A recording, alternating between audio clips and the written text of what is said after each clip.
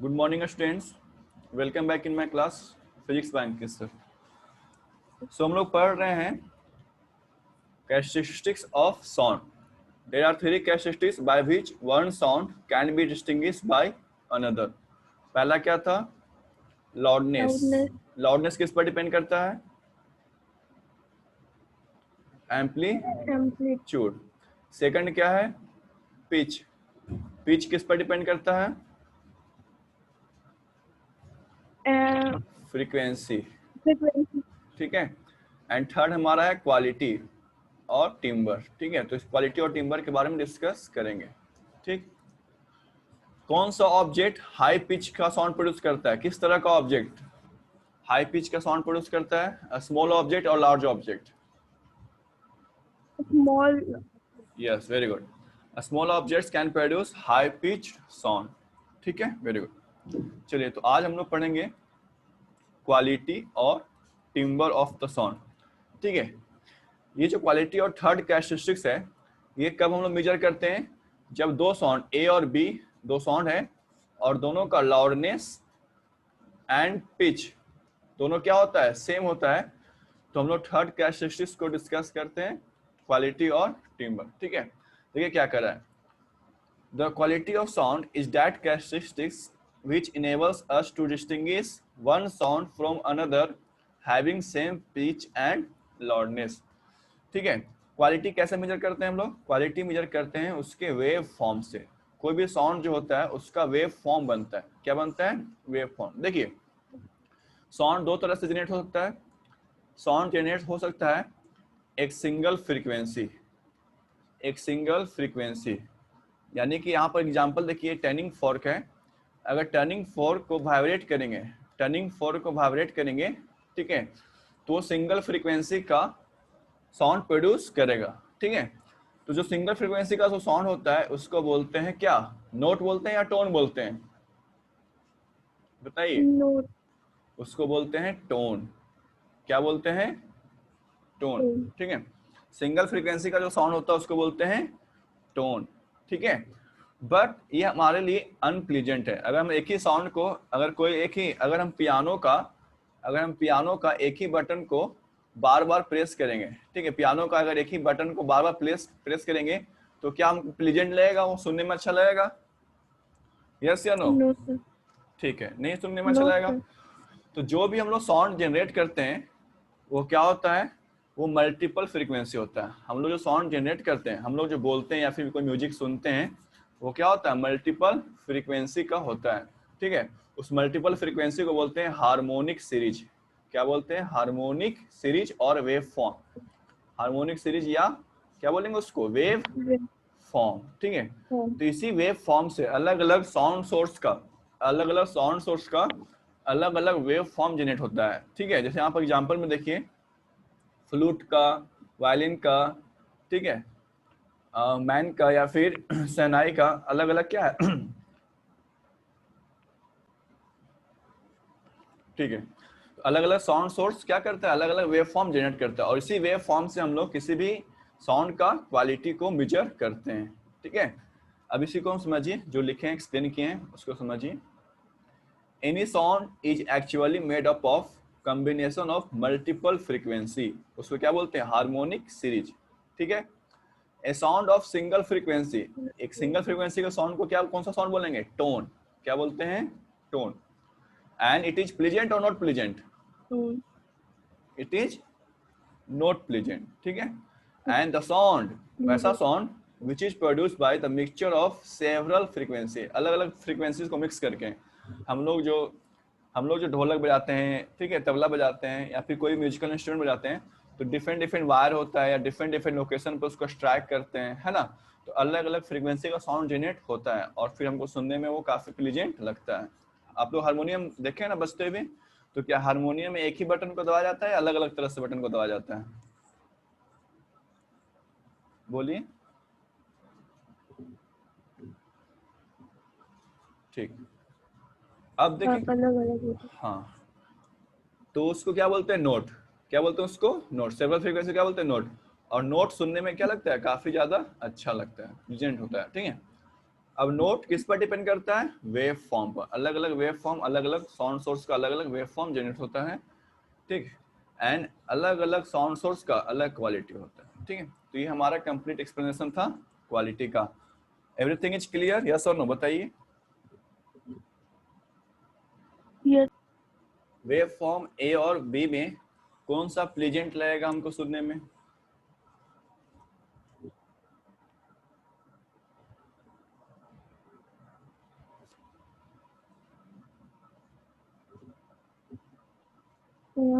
ए। ठीक है, याद रखिएगा, अगर फ्रीक्वेंसी रैंडम चेंज हो रहा है तो वो अनप्लीजेंट है। क्या है? अनप्लीजेंट। बट फ्रीक्वेंसी जो स्लोली चेंज हो रहा है, धीरे धीरे चेंज हो रहा है, यानी कि फ्रीक्वेंसी का जो वेरिएशन है, फ्रीक्वेंसी का जो वेरिएशन है वो थोड़ा थोड़ा चेंज हो रहा है, तो वो क्या होगा? प्लीजेंट सुनने में, ठीक है। हम लोग को कभी ऐसा भी आवाज अच्छा नहीं लगता है जिसका फ्रीक्वेंसी हाई है और अचानक से क्या हो गया? तुरंत लो हो गया, ठीक है। तो साउंड जनरेट नहीं होगा। फ्रीक्वेंसी धीरे धीरे हाई होना चाहिए और धीरे धीरे क्या होना चाहिए? लो होना चाहिए। इस तरह से हमको साउंड सुनने में अच्छा होता है, ठीक है। सर में आया सबका आंसर? तो इसका आंसर क्या होगा? नेक्स्ट टॉपिक है डेसिबल स्केल, ठीक है। आप लोग सब ने एक नाम सुना होगा, अलेक्जेंडर ग्राहम बेल। किस चीज का इन्वेंट किए थे ये? अलेक्जेंडर ग्राहम बेल किस चीज का इन्वेंट किए थे? डेसिबल। डेसिबल स्केल का तो किए ही है। इन्होंने टेलीफोन का आविष्कार किया था, याद है? टेलीफोन को इन्वेंट किसने किया था? यस। अलेक्जेंडर ग्राहम बेल, ठीक है। तो इन्हीं के नाम से, इनका नाम है BEL बेल, बट हम लोग इसके नाम में सिर्फ BEL लिए। क्या लिए? BEL। और उनके नाम के पहले लगा दिए देसी। क्या लगा दिए? देसी। आप लोग देसी मतलब सुनते हैं? डेसीमीटर, डेकामीटर पढ़े हैं? तो 1 मीटर का, यस। 1 मीटर का 1/10 कितना होता है? 1 डेसी होता है ना, याद आ रहा है? 1 मीटर का यस। 1/10 को बोलते हैं, 1/10 को क्या बोलते हैं? डेसी। याद है ना? ठीक है। तो डेसिबल स्केल क्या होता है? Decibel scale is the unit which is used to measure, measure बोल सकते हैं या एक्सप्रेस बोल सकते हैं, एक्सप्रेस करने के लिए। किस चीज को मेजर करते हैं, किस चीज को एक्सप्रेस करते हैं? लाउडनेस को और इंटेंसिटी ऑफ साउंड को, ठीक है। साउंड कितना लाउड है, साउंड कितना पावरफुल है, इंटेंसिटी मतलब पावर, इंटेंसिटी का मतलब पावरफुल कितना साउंड प्रोड्यूस हो रहा है, इसको हम लोग मेजर करते हैं कौन सा स्केल से? डेसिबल स्केल, ठीक है। डेसिबल स्केल और रिक्टर स्केल, डेसिबल स्केल और रिक्टर स्केल। पता है आप लोगों को रिक्टर स्केल किस लिए मेजर होता है? सिस्मिक वेव्स को जनरेट, सिस्मिक एनर्जी को, ठीक है, अर्थक्वेक के लिए। अर्थक्वेक को रिप्रेजेंट करते हैं रिक्टर स्केल पर, यस या नो? यस। ठीक है। रिक्टर स्केल कहाँ यूज करते हैं? सिस्मिक एनर्जी को मेजर, अर्थक्वेक को रिप्रेजेंट करने के लिए रिक्टर स्केल। हम रिक्टर स्केल का नाम क्यों लिए? Richter scale and decibel scale have some common point. दोनों में क्या कॉमन है? तो पढ़िए, रिक्टर स्केल एंड, अगर यहाँ पर लिख दे एंड, ठीक है, तो ये लाइन कंप्लीट हो जाएगा। Richter scale and decibel scale is a logarithmic scale of base 10, ठीक है।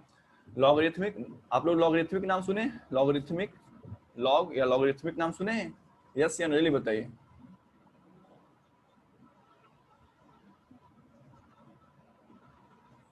ठीक, तो आपको थोड़ा सा डिफरेंस बता देते हैं, लॉगरिथमिक स्केल और लीनियर स्केल क्या होता है। सपोज एक स्केल है, ठीक है, आप लोग सबके पास स्केल होगा। अगर ये स्केल यहाँ पर रिप्रेजेंट कर रहा है 1 सेंटीमीटर, तो ये वाला लाइन कितना रिप्रेजेंट करेगा? जल्दी गेस करिए। अगर ये डिस्टेंस यहाँ से 0 है और ये रिप्रेजेंट कर रहा है 1 सेंटीमीटर, तो ये कितना रिप्रेजेंट करेगा? जल्दी बताइए सारे लोग। 2 सेंटीमीटर। ठीक है, ये कितना रिप्रेजेंट करेगा? ये 3 3 सेंटीमीटर। ठीक है, और ये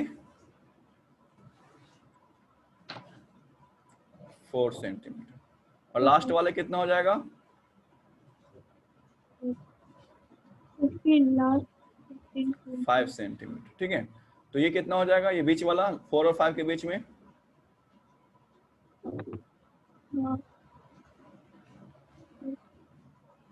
4.5 सेंटीमीटर। कितना हो जाएगा? 4.5 सेंटीमीटर। ठीक है, तो इसको हम लोग बोलते हैं लीनियर स्केल। क्या बोलते हैं? Linear scale.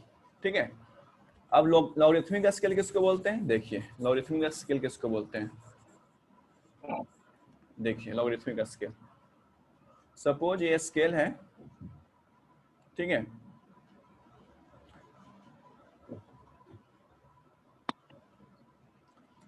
अगर ये 0 है और ये 1 है, ठीक है, अगर 1 रिप्रेजेंट कर रहा है 10, अगर 1 रिप्रेजेंट कर रहा है, अगर 1 सेंटीमीटर, अगर हम ये डिस्टेंस 1 रिप्रेजेंट किए तो कितना रिप्रेजेंट कर रहा है? 10। तो 2 जो सेकंड पॉइंट होगा ये रिप्रेजेंट करेगा 10 के पावर 2। कितना रिप्रेजेंट करेगा? 10 के पावर 2।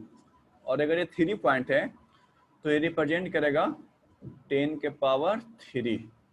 क्या रिप्रेजेंट करेगा? 10 के पावर 3। ठीक है, तो इस तरह के स्केल को, इस तरह के स्केल को हम लोग बोलते हैं लॉगरिथमिक स्केल, यानी कि जो फैक्टर है वो चेंज होता है पावर के टर्म में। लॉगरिथमिक स्केल का फैक्टर जो कितना होता है, किसके टर्म में होता है? पावर के टर्म में, यानी 2 के पावर 1 या 2 के पावर n बोल सकते हैं। 2 के पावर n है, अगर बेस 2 है तो 2 के पावर n, यहाँ पर बेस 10 है तो 10 के पावर n। लॉगरिथमिक स्केल में बेस कितना है? देखिए यहाँ पर क्या लिखा है, लॉगरिथमिक स्केल में बेस कितना है इसका, डेसिबल का? 10, तो 10 के पावर n। रिक्टर स्केल में, किसमें? रिक्टर स्केल में, रिक्टर स्केल में होता है 30 के पावर n। कितना होता है? 30 के पावर n। अप्रोक्सीमेट हम लोग अप्रोक्सीमेटली 33 होता है, ठीक है, लेकिन हम लोग 30 के पावर n से कैलकुलेट करेंगे। किससे कैलकुलेट करेंगे? 30 के पावर n से। तो समझ में आया रिक्टर स्केल और लॉगरिथमिक स्केल कैसे डिफरेंस है लीनियर स्केल से? आ रहा है समझ में? यस या नो बताइए। नेक्स्ट पॉइंट क्या कर रहा है? Every increase in 10 decibel there is 10 times more sound intensity and 2 times more loudness। ठीक है, यानी कि साउंड अगर 10 डेसिबल बढ़ जाएगा तो इंटेंसिटी, इंटेंसिटी का मतलब क्या बताएं अभी? इंटेंसिटी का मतलब क्या होता है? पावर। इंटेंसिटी का मतलब क्या होता है? पावर। साउंड में कितना पावर है, ठीक है, एनर्जी है, ठीक है। साउंड का इंटेंसिटी कितना टाइम बढ़ जाएगा? 10 टाइम बढ़ जाएगा। और लाउडनेस जो हम सुने अभी अभी अभी हम अगर हम सॉफ्ट सॉफ्ट बोले, सॉफ्ट, फिर बोले हार्ड बोले, ठीक है, सॉफ्ट और हार्ड बोल रहे हैं, तो लाउडनेस क्या हो रहा है? दोनों में चेंज हो रहा है ना, तो 2 times मोर लाउडनेस। यानी सपोज अगर हमारा साउंड 10 डेसिबल का है तो उसमें पावर कितना है? 1, लाउडनेस कितना है? 1। अगर मेरा साउंड हो जाएगा 20 डेसिबल का, अगर मेरा साउंड कितना का हो जाएगा? 20 डेसिबल का, तो पावर कितना हो जाएगा? 10, और लाउडनेस कितना गुना हो जाएगा? 1 था तो अब कितना हो जाएगा? 2 टाइम्स होगा, 2 गुना हो जाएगा, ठीक है। अगर मेरा साउंड 30 डेसिबल का हो गया तो इंटेंसिटी कितना बढ़ गया? साउंड कितना बढ़ गया? 20 डेसिबल बढ़ गया, 10 + 20 30, तो कितना हो जाएगा? यहाँ पर 20 होना चाहिए था या 100 होना चाहिए? क्या होना चाहिए? बोलिए।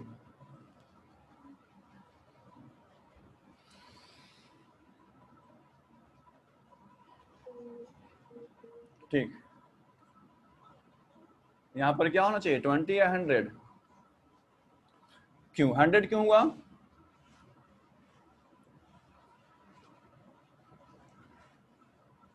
क्योंकि हमारा जो पावर होता है 10 के पावर 2, ये 10 के पावर 1, 10 के पावर 2, और ये हो जाएगा 10 के पावर 3, ठीक है। 10 टाइम्स क्या होता जाता है? बढ़ता जाता है।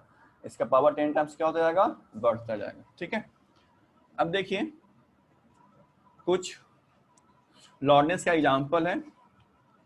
ब्रीथिंग, हम लोग सांस लेते हैं उसमें साउंड जनरेट होता है, साउंड जनरेट होता है, लेकिन हम इस साउंड को सुन ही नहीं पाते हैं। ब्रीदिंग हो गया, ठीक है, ब्रीदिंग हो गया, या फिर फॉलिंग लीव्स फ्रॉम टी, जो पत्ते होते हैं पेड़ से गिरते हैं ना, तो ये सभी साउंड प्रोड्यूस करता है, लेकिन हमको सुनाई नहीं देता। 10 डेसिबल साउंड को हम सुन नहीं सकते हैं।